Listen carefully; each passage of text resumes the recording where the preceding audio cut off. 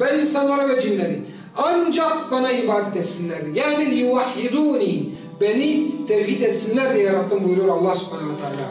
Tevhid kardeşler, Resullerin göndermiş gayesidir. Allah'ın en sevgili kulları, en zorlu görevler sana tevhidi öğretmek için gönderilmiştir. وَلَقَدْ بَعَثْنَا ف۪ي كُلْ اُمَّةٍ رَسُولًا اَنْ اِعْبُدُوا اللّٰهَ وَاجْتَنِبُوا الطَّاغُوتِ. Biz her kavme bir Resul gönderdik. O Resulün gönderiliş gayesi Allah'a ibadeti öğretmek, yani tevhidi öğretmek ve tağuta ibadetten kaçınmayı öğretmek idi. Kardeşler, tevhid Resullerin gönderiliş gayesidir. Kardeşler, tevhid kitapların indiriliş gayesidir. Hani Kur'an kursuna gittin ya, elif ba okudun ya, yüzünden öğrendin ya, onu ezberledin, onu gittin ölülere okudun. Hatimlerde uzun uzun Kur'an okudun ya, işte o okuduğun Kur'an'ın, işte o kıraat ettiğin, tilavet ettiğin Kur'an'ın indiriliş tek bir gayesi vardır.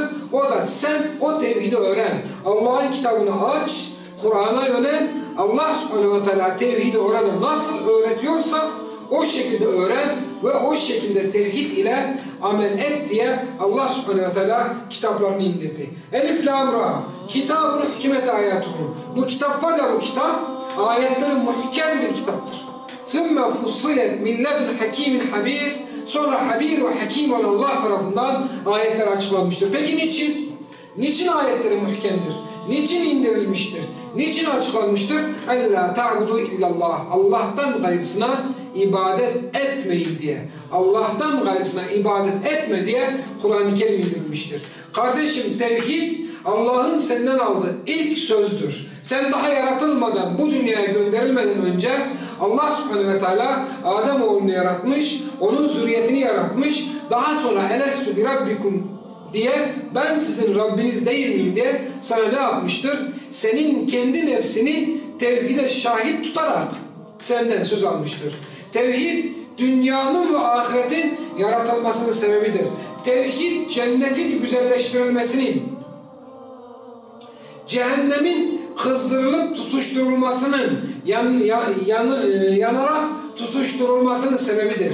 Tevhid dünyada ve ahirette saadetin anahtarı, şakavetin anahtarıdır. Mutluluğun anahtarı da tevhiddir.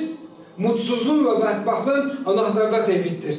Kitaplar tevhid uğruna açılacak, mizanlar tevhid uğruna ne yapılacaktır? Mizanlar, ölçüler, tartılar tevhid uğruna kurulacaktır kardeşler.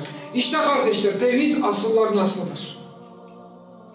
Tevhid bütün gayelerin en başıdır. Tevhid bütün esasların, bütün hedeflerin ilk hedefidir, ilk esasıdır. Namazın şartı nedir diye sorduğum zaman, hocam 6'sı içinden, 6'sı dışından 12 şartı var diyeceksiniz. Hayır, namazın ilk şartı tevhiddir kardeşler. Tevhid ehli olmadığın sürece senden bir namazın makbul olması kesinlikle mümkün değildir. Orucun ilk şartı tevhiddir kardeşler. Zekatın ve haccın ilk şartı tevhiddir kardeşler.